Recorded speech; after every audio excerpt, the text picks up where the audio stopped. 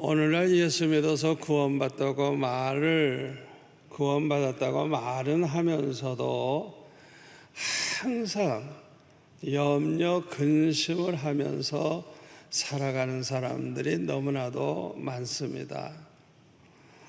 이것은 믿음이 없거나 믿음이 아주 작거나 아니면 하나님 앞에 응답을 받지 못했기 때문에 이렇게 자꾸만 염려하게 되고 근심을 하게 되는 것입니다. 우리가 진심으로 예수 믿음으로 말미암아 구원받아 하나님의 자녀가 되었다고 하면은 항상 기뻐하고 범사에 감사하고 좋으신 하나님을 찬양하면서 행복하게 살아야 합니다. 아멘. 우리가 이렇게 살 때 항상 하나님을 기쁘시게 해드리고 우리가 항상 이렇게 감사만 하고 기쁨으로 살면 안 믿는 사람이 볼 때 이야, 예수 믿는 사람들은 희한하다. 남들은 다 걱정 근심 속에 사는데 아니 왜 그렇게 행복하노? 예수 믿는 사람은 뭐가 그렇게 좋은 게 많은가? 야, 나도 좀 예수 믿어볼까? 전도가 돼, 전도가. 또 우리가 항상 기뻐하고 감사하면서 하나님을 찬양하면서 살아보세요. 우리 자신에게도 그게 얼마나 축복이 되는지 몰라요. 건강에도 좋고 우리 심령도 천국이 돼서 좋고 우리 자신에게도 축복이 돼요. 우리가 이렇게 살아야 할 이유가 있어요. 우리는 너무나도 큰 복을 받은 사람들이기 때문에 우리는 이렇게 살아야 하는 것입니다. 예수 믿어서 구원받아 하나님의 자녀가 된 사람들은요, 이 세상을 떠나는 날이 천국과 같은 그 낙원에서 눈을 뜬다는 사실을 우리는 믿어야 돼요. 아멘. 그렇게 고생 많이 하고 질병의 고통, 먹고 사는 고통, 그냥 얼마나 어려운 일이 많은 이 세상 다 끝나고 그게 이제 끝났어. 이 세상을 떠나는 날. 그리고 우리가 주님과 함께 이제는 낙원에서 행복하게 살다가 우리 주님이 재림하시는 날에는 우리가 부활한 그 영광스러운 몸으로 우리가 이 세상에 다시 예수님 모시고 같이 오게 돼요. 이때에 지상에 살아있던 모든 분들이 돌아가신 부모님과 성도들을 그 아름다운 모습으로 부활한 그분들을 이제 만나게 될 것입니다. 이것을 생각만 해도 기쁘지 않아요? 이것을 생각만 해도 흥분이 됩니다. 흥분이. 이야, 예수님 오실 때 우리 성도들이 부활한 그 아름다운 모습으로 우리가 만날 때 한번 상상을 해보세요. 그냥 얼마나 기쁘고 얼마나 좋을까요? 이것을 그대로 믿는 사람들은요, 죽음을 두려워하지 않습니다. 순교를 두려워하지 않아요. 왜? 순교하면 더 좋아. 왜요? 요한계시록 20장 4절 말씀대로 장차 주님과 함께 1000년 동안 왕노릇한대요. 그런 사람들은 복음을 전하다가 매를 맞고 고통당하고 목베임을 당한 사람들, 주님과 함께 1000년 동안 왕노릇을 한답니다. 이 말씀을 그대로 믿으시기를 축원합니다. 두 번째로 우리가 받은 큰 복이 뭐냐?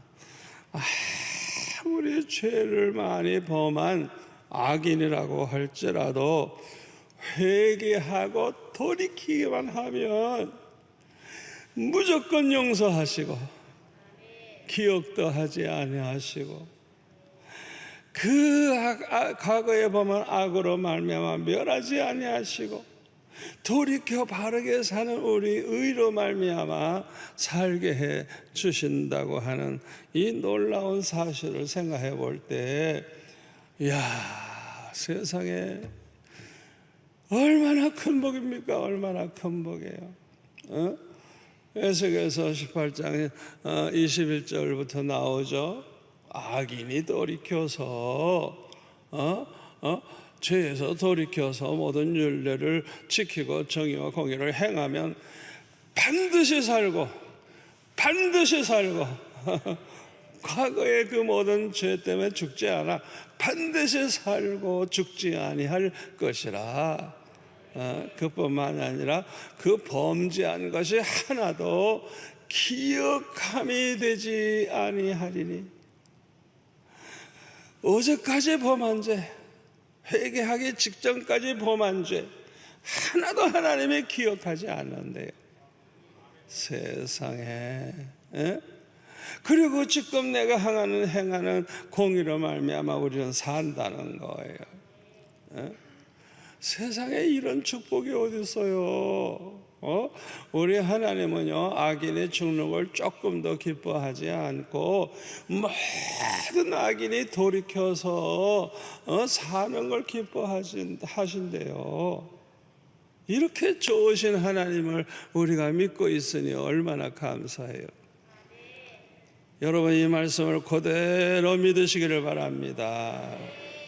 누가복음 15장에 보면 탕자가 그냥 아버지에게서 그냥 유산을 달라고 해가지고 얼마나 못된 짓 했습니까? 그냥 밤낮 먹고 마시고 그냥 뭐 별별 짓을 다 했을 거예요. 그 돈 가지고. 그런 인간은 다 벼락 맞아 죽어야 되는데, 그럼에도 불구하고 이 탕자가 회개하는 마음으로 돌이키고 아버지 집으로 돌아오니까 저 멀리서 오고 있는 걸 가만히 보니까 꼭 아들 같아. 날마다 기다리던 아버지가 달려가서 보니까 아들이야. 글쎄, 거짓골을 한 아들이야. 그걸 그냥 끌어안고 목을 끌어안고 입을 맞추고 그냥 얼마나 좋아하시는지. 좋은 옷을 갖다 입혀라, 가락지 끼워줘라, 신발 신겨줘라, 송아지 잡아라, 잔치를 벌려라.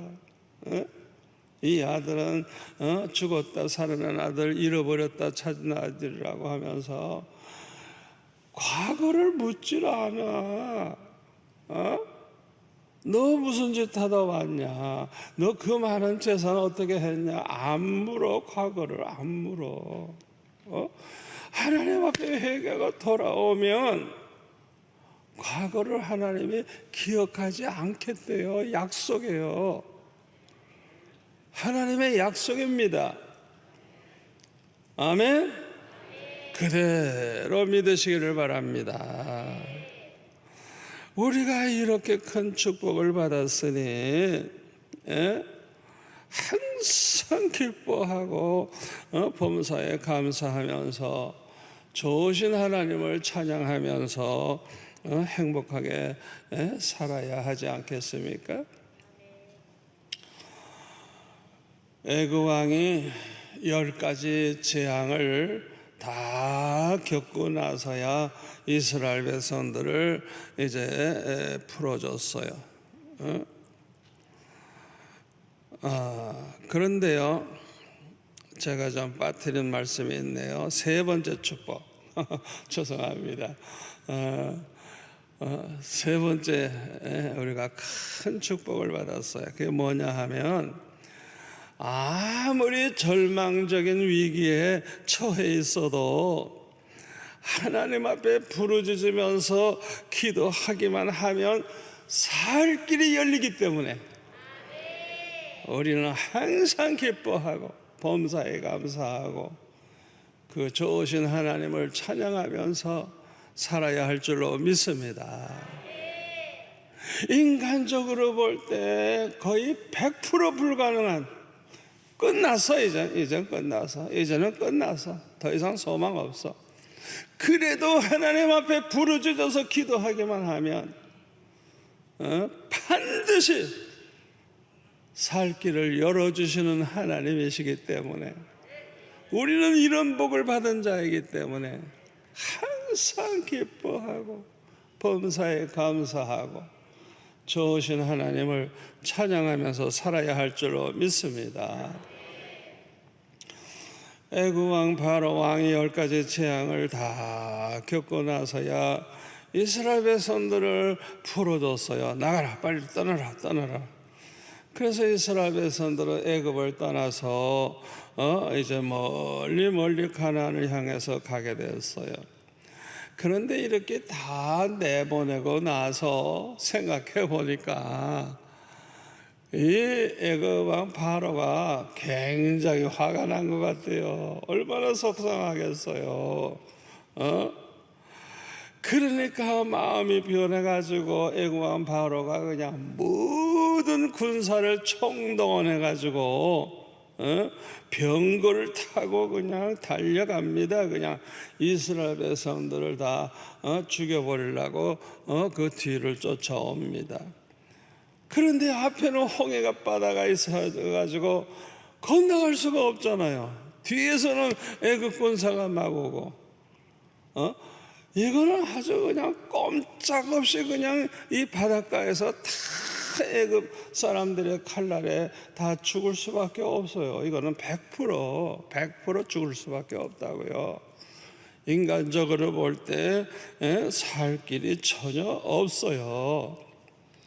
이때 믿음이 없거나 믿음이 작은 사람들은 너무나도 두려운 나머지 그냥 막 울부짖으면서 모세를 원망을 하는 거예요. 원망을.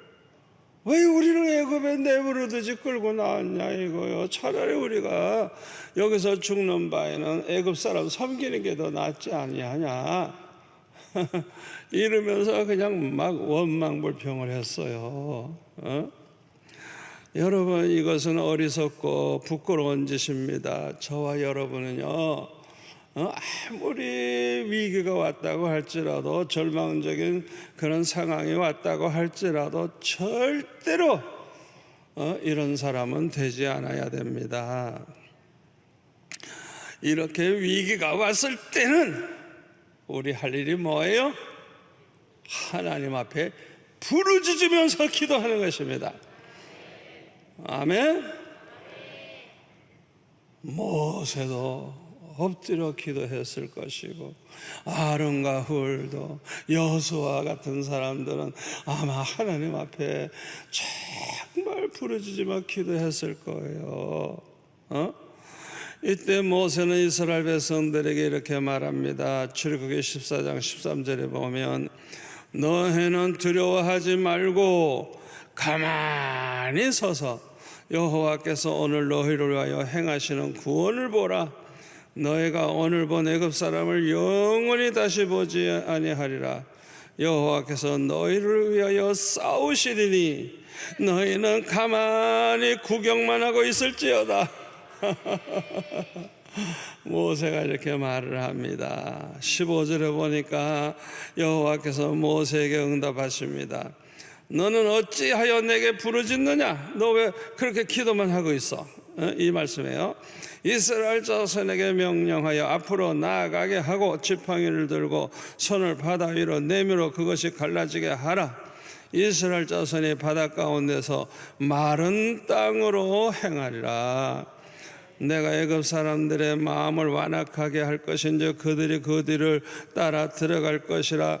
내가 바로와 그의 모든 군대와 그의 병거와 마병으로 말미암아 영광을 얻으리니 내가 바로와 그 병거와 마병으로 말미암아 영광을 얻을 때에야 애굽 사람들이 나를 여호와인 줄 알리라 말씀을 하셨어요. 그래서 하나님 하라고 하시는 대로 모세가 출애굽기 14장 21절에 보면 바다 위로 손을 이렇게 내미니까 하나님께서 큰 동풍이 그냥 밤새도록 불게 하셔가지고 바닷물이 그냥 쫙쫙 물러가게 하시는데 물이 갈라져서 이 바다 밑바닥이 마른 땅이 됐다는 거예요. 그래서 22절 이스라엘 자손이 바다 가운데를 육지로 걸어가고 물은 그들의 좌우에 벽이 돼서 이렇게 머물러 있는 이런 기적 속에서 지금 이제 홍해바다를 건너가게 되었습니다. 그런데 이 강팍한 애국 군사는 바로와 함께 그냥 따라오는 거야. 자기들도 따라오는 거예요. 그때 하나님께서 모세에게 말씀하시면서 손을 26절에 보니까 바다 위로 내밀어 물이 애굽 사람들과 그들의 병거들과 마병들 위에 다시 흐르게 하라 하시니 모세가 그 손을 바다 위로 내밀매 새벽이 되어 바다의 힘이 회복된지라 애굽 사람들이 물을 거슬려 도망하나 여호와께서 애굽 사람들을 바다 가운데 엎으시니 물이 다시 흘러 병거들과 기병들과 덧대 그들의 뒤를 따라 바다에 들어간 바로의 군대를 다 덮으니 하나도 남지 아니하였더라. 한 사람도 살지 못하고 그 바다 가운데 마른 땅을 따라 들어왔던 애국 군사가 전멸을 다 당했다는 거예요. 여러분 한번 이 사건을 머릿속에 한번 상상해 보세요. 이야 100% 죽을 줄 알았더니 우리 하나님은요 우리가 부르짖을 때 홍해를 갈라서라도 건너가게 해주시는 하나님. 하나님에게는 불가능이 없는 거예요. 아멘. 그래서 15절에 보면은 이 사건 후에 이스라엘 백성들이 노래를 부릅니다. 하나님을 찬송합니다. 야, 내가 여호와를 찬송하리니 그는 높고 영화로우시며 말과 그 탄자를 바다에 던지셨음이로다. 2절 여호와는 나의 힘이시여 노래시며 나의 구원이시로다. 그는 나의 하나님이시니 내가 그를 찬송할 것이요 내 아버지의 하나님이시니 내가 그를 높이리로다. 아멘. 그런데 8절에 보면 기가 막힌 말씀이 나와요. 8절 뭐라 그래요? 주의 콧김에 물이 쌓이되 파도가 언덕같이 일어서고 큰 물이 바다 가운데 엉기니이다. 왜 이렇게 표현을 했을까요? 우리 하나님이 전지전능하신 하나님. 홍해를 가르는 거는 아무것도 아니야. 흥 하니까 흥 하니까 홍해를 갈라서 마른 땅이 되게 해서 건너가게 하신 이거를 주의 콧깁으로 하니까 됐다는 거예요. 그렇게 우리는 크신 하나님, 전지전능하신 하나님을 우리는 내 아버지로 모시고 있는 거예요. 아멘. 이 홍해 바다에서 역사하신 하나님이 우리의 하나님, 지금도 살아계신 하나님. 여러분 믿으시기를 바랍니다. 그 하나님이 어디 간 거 아니에요. 그 하나님이 지금도 우리 가운데 역사하신다는 걸 믿으셔야 돼요. 히브리서 13장 8절에 뭐라 하세요? 예수 그리스도는 어제나 오늘이나 영원토록 동일하시니라. 우리 하나님은 동일하십니다. 수천 년이 지나도 성경에 나온 그 하나님, 말씀으로 천지 만물을 창조하신 하나님. 우리 주님은 죽은 지 나흘 된 나사로도 일어나라 하니까 일어나잖아요. 그 주님은 어제나 오늘이나 영원토록 동일하시지 달라지지 않았어요. 아멘. 성경에 나오는 그 주님이 우리의 주님. 그때만 일하시고 지금은 뭐 안 하시는 그런 분이 아니에요. 할렐루야. 우리가 이것을 생각만 해도 얼마나 기쁘고 즐겁고 얼마나 행복합니까? 얼마나 행복해요.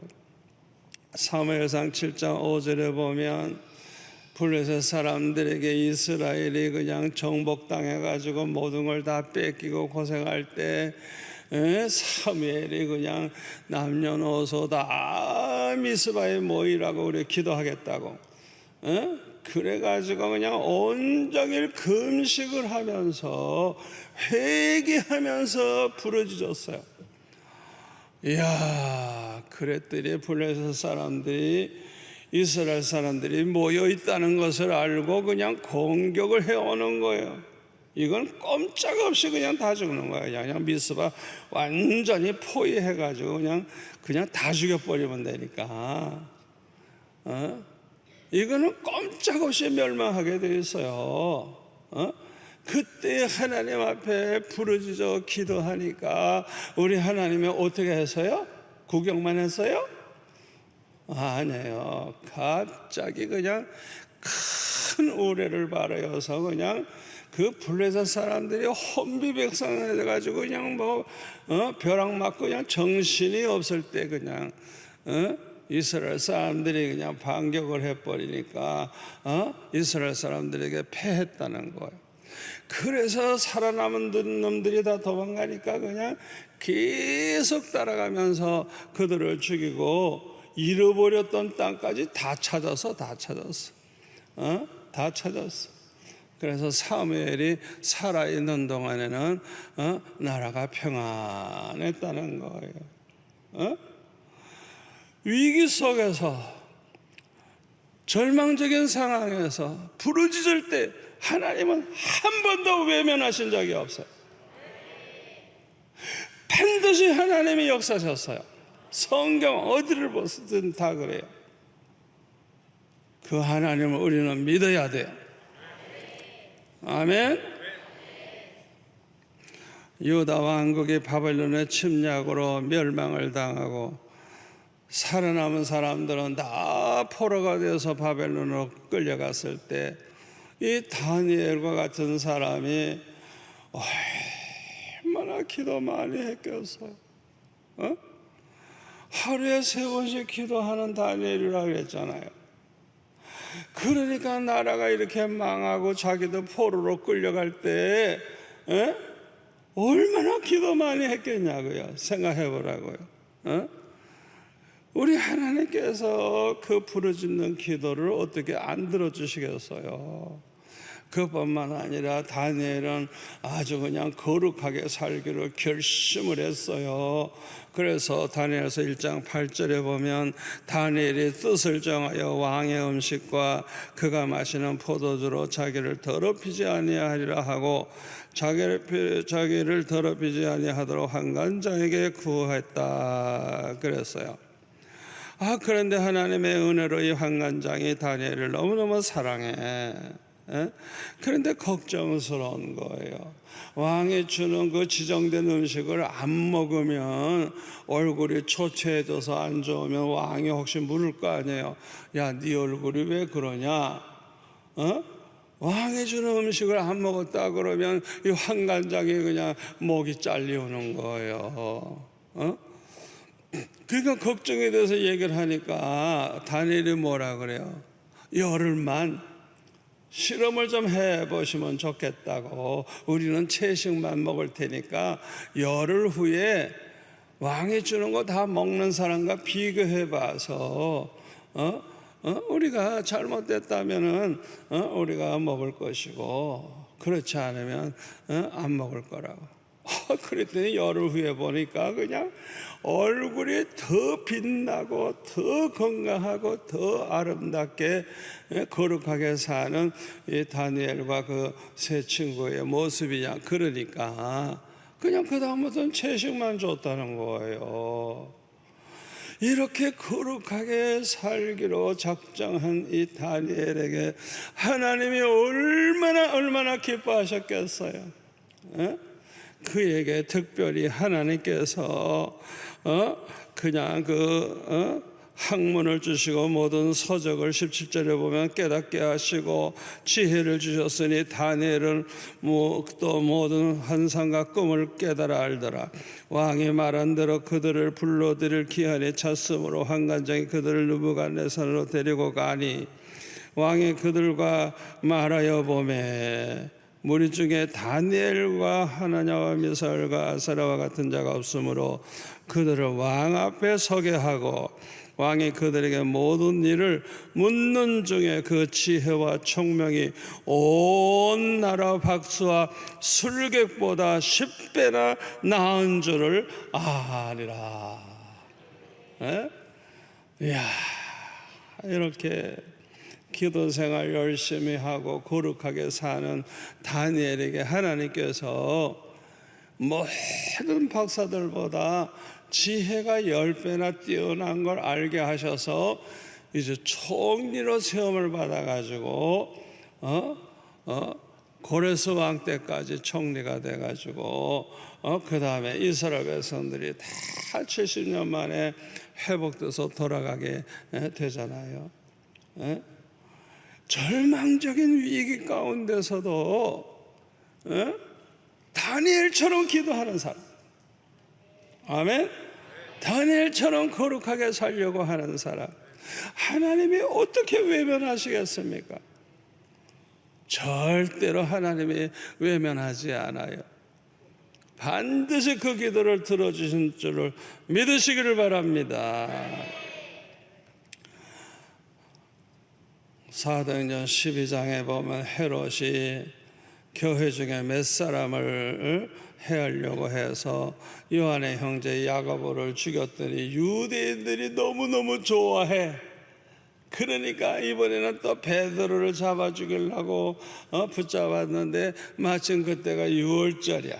그래서 6월절 지나간 다음에 죽이자 그래가지고 감옥에 넣는데요, 이 베드로가 이렇게 석가라 누우면 양쪽에 그 군인이 쇠사슬을 베드로와 함께 이렇게 묶어서 항상 두 사람이 잠을 자도 같이 자야 돼. 완전히 쇠사슬이 묶여 있는 거예요.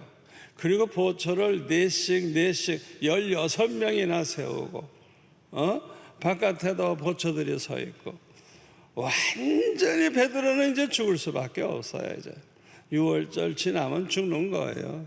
도망갈 수도 없어요. 꼼짝 못해요. 그때에 마가의 다락방에서 성도들이 하나님 앞에 밤새도록 부르짖었어요.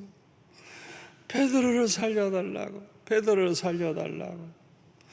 하나님께서 그들의 기도를 외면하지 아니하셨어요. 하나님의 사자 천사를 보내가지고 그 쇠사슬이 줄줄 풀리게 하고 잠자고 있는 베드로 보고 깨워가지고 일어나라, 그리고 신어라, 옷을 입어라, 겉옷을 걸쳐라 이러고 따라오라. 그래서 따라갔더니 문이 저절로 열려. 세 번 보초들이 서 있으나 하나도 안 보여. 그냥 지나가가지고 길가에 있는 철문을 통해서 나가는데 문이 그냥 저절로 열려.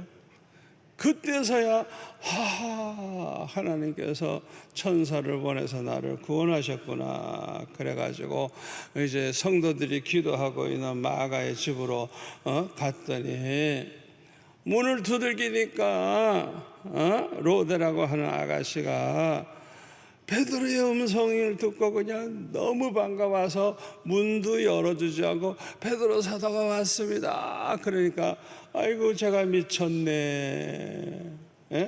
밤새도록 기도하면서 자기네 기도가 이루어질 줄을 믿질 않아, 이 바보들이. 에? 그럼에도 불구하고 합심해서 기도하니까 역사가 일어났잖아요.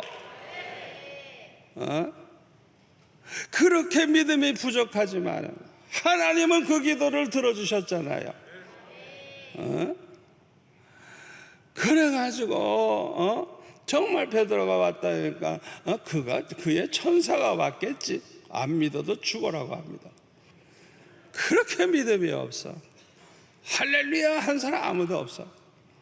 그가 베드로가 너무 문을 두드니까 그때 열어주니까 베드로가 들어왔잖아요. 인간적으로 볼 때요, 이건 살 수 없는 거예요. 살아날 길이 없는 거예요. 이건 100% 불가능해요. 그러나 기도할 때 역사가 일어났잖아요. 기도하니까 살 길이 열리잖아요. 여러분 꼭 명심하세요. 성경에 보면 아무리 100% 망할 수밖에 없고 100% 죽을 수밖에 없어도 부르짖어 기도할 때는 반드시 하나님이 기적을 주셨다는 걸 믿으시길 바랍니다. 한 번도 예배가 없어요. 한 번도. 성경 어디를 찾아보세요. 반드시 하나님은 그 기도를 들어주시는 거예요. 우리나라는 1945년 8월 15일 날 해방이 됐습니다. 그때 우리나라 국민들의 70% 이상은 우리나라를 공산주의 사회를 만들길 원했습니다. 왜 그런지 알아요? 양반 하나에 쌍놈이 몇십 명씩 거느리고 살았어. 그러니까 한국은요, 이 지주가 있으면 소장농, 거기 붙어먹고 일해서 그냥 먹고 사는 사람이 몇 사람이나 되는 거예요. 그러니까 우리 한국 사람들은요, 소수만 잘 살고 대부분은 다 그냥 종처럼 살아서요, 노예처럼. 그런데 공산주의는 모든 땅 나눠준다, 똑같이 산다, 이러니까 세상에 그 사람들에게 천국이죠, 천국. 그러니까 김일성, 김정일, 김정은 같은 이런 지독한 못 사는 나라가 될 것도 모르고 다 공산주의를 원했어요. 그러니까 내버려둬도 공산주의 되는 거예요, 우리나라는. 그러나 하나님께서는 일찍이 하나님을 만난 이승만 대통령을 하나님께서 세워주셔가지고 1948년에 우리 자유민주주의 국가를 세우게 하셨잖아요. 이거 자체도 기적입니다, 기적. 그러니까 저 북한에서는 1950년 6월 25일에 그것도 주일날 새벽에 그냥 소련 탱크를 앞세우고 막 이래가지고 갑자기 급습을 해가지고요, 사흘 만인가 서울 점령해 버렸어요. 그냥 상대가 안 되니까, 또 주일날이니까 다 휴가 받아가지고 또 국경에 사람이 없어. 부대마다 텅텅 비었어. 그러니까 그냥 막 밀고 내려왔죠. 어디까지 쫓겼어요? 낙동강까지. 낙동강 그거 끼고 이제 마지막 그것만 뚫리면 이제 부산까지 다 해서 완전히 공산화되는 거예요. 여러분 그때의 군사력이나 숫자나 여러 가지 볼 때 게임이 안 됩니다. 절대로 우리가 이길 수가 없어요. 너무너무 급하니까 어떻게 해요? 초랑교회에 성도들이 모여가지고 하나님 앞에 부르짖기 시작을 했어요. 이 나라를 살려주세요. 이 나라를 살려주세요. 비록 내 생각에는 몇백 명이나 모였을까? 그럼에도 불구하고 하나님이 그들의 기도를 들으셨어요. 그래가지고 하나님께서 극적으로 우리가 이기게 하셔서 오늘날까지 이렇게 우리는 자유를 누리고 살게 됐잖아요. 아멘. 그 후에도 수많은 위기를 당했지만은 그때마다 밤낮으로 부르짖으며 기도하는 성도들로 말미암아 위기를 극복하고 축복을 받아서 하여튼 위기가 오면 더 그냥 교회마다 밤새도록 부르짖는 성도가 왜 이렇게 많은지 저도 그 중에 하나예요. 그냥 뭐 밤마다 그냥 부르짖고 그랬더니 하나님께서 이상하게도 위기를 벗어나고 더 잘 살게 되고 더 잘 살게 되고 더 잘 되고 참 놀라운 그런 기적이 자꾸 일어나는 거예요. 그러다가 보니까 이제는 수천 년 역사 이래 우리나라가 가장 잘 사는, 지금과 같이 잘 산 적은 지금까지 역사 이래 없어요. 제가 전 세계를 1년에 반이나 다니던 목사인데 어느 나라 가도요 한국 사람을 얼마나 부러워하고 저를 대하는 태도가 달라요. 한국이 그만큼 위상이 높아졌어요. 미국 교회 가서 집회해봐도 이 백인들이 대하는 태도가 달라요. 러시아를 가든지 중국을 가든지 어느 나라 가든지 한국의 위상이 이렇게 높아졌어요. 그러나 문제가 뭐예요? 너무 교만해져 가지고 다 하나님을 떠나. 교회도 잘 안 나와. 주일날도 골프 치러 가, 놀러 가, 여행 가. 돈이 없으면 그렇게 하겠어요? 기도할 일이 너무 많은데 어떻게 건방지게 주일날을 빼먹고 놀러 가? 옛날에 절대 상상도 못할 일이에요. 우리 어렸을 때는 주일날 식사도 식당에 가서 사 먹은 적이 없어요. 주일날 어디 가서 뭘 사 먹어? 굶지. 그런데 이제는 뭐 잘 살다가 보니까 이제는 주일날도 놀러 가질 않나. 주일날에도 마음대로 우리가 식당에 가서 먹고 그렇게 하잖아요. 그만큼 우리가 교만해졌어. 그뿐만 아니라 급속도로 타락을 해가지고 이제는 소돔 고모라보다 더해. 지금 한국 사람들이 죄 짓는 게 소돔 고모라보다 더합니다. 그리고요, 자살률이 세계 첫째예요. 술 소비량, 술을 왜 이렇게 많이 처먹는지 세계 1등이야.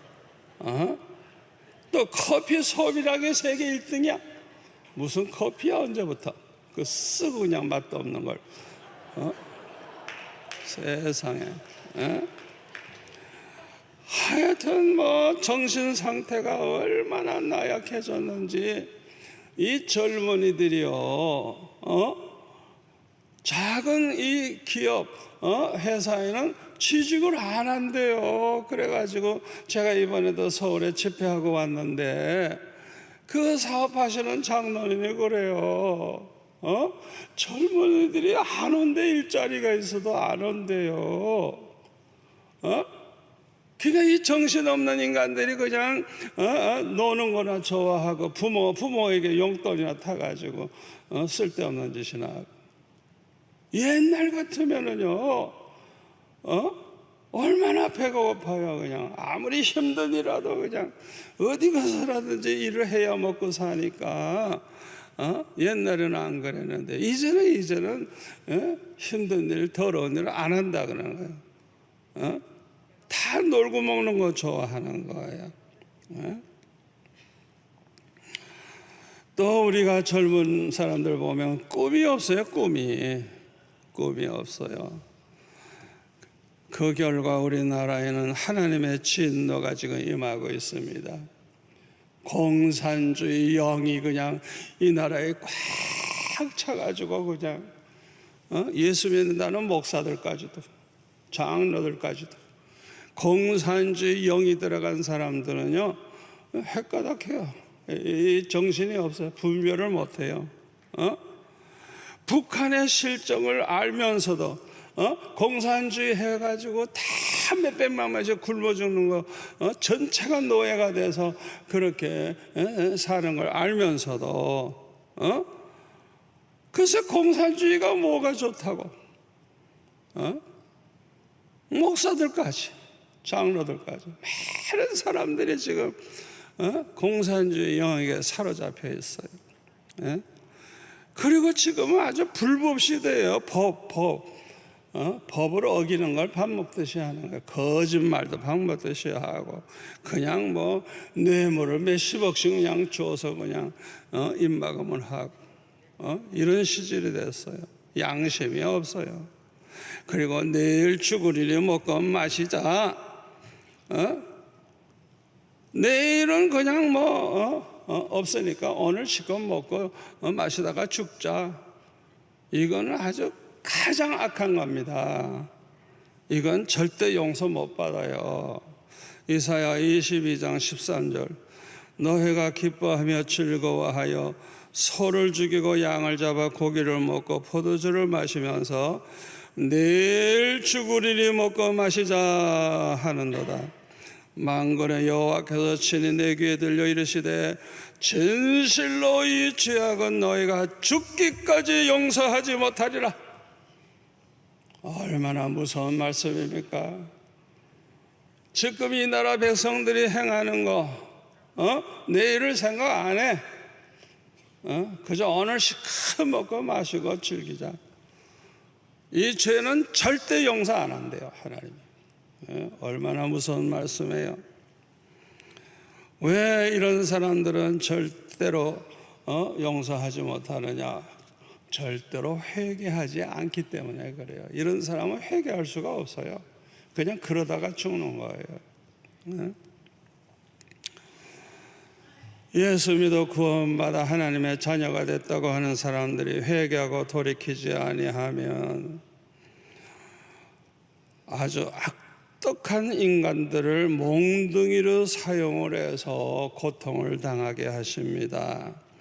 이사야 10장 1절부터 보면은 불의한 명령을 만들며 불의한 말을 기록하며 가난한 자를 불공평하게 판결하여 가난한 내 백성의 권리를 박탈하며 과부에게 토색하고 고아의 것을 약탈하는 자는 화 있을진저 벌하는 날과 멀리서 어느 환난 때에 너희가 어떻게 하려느냐?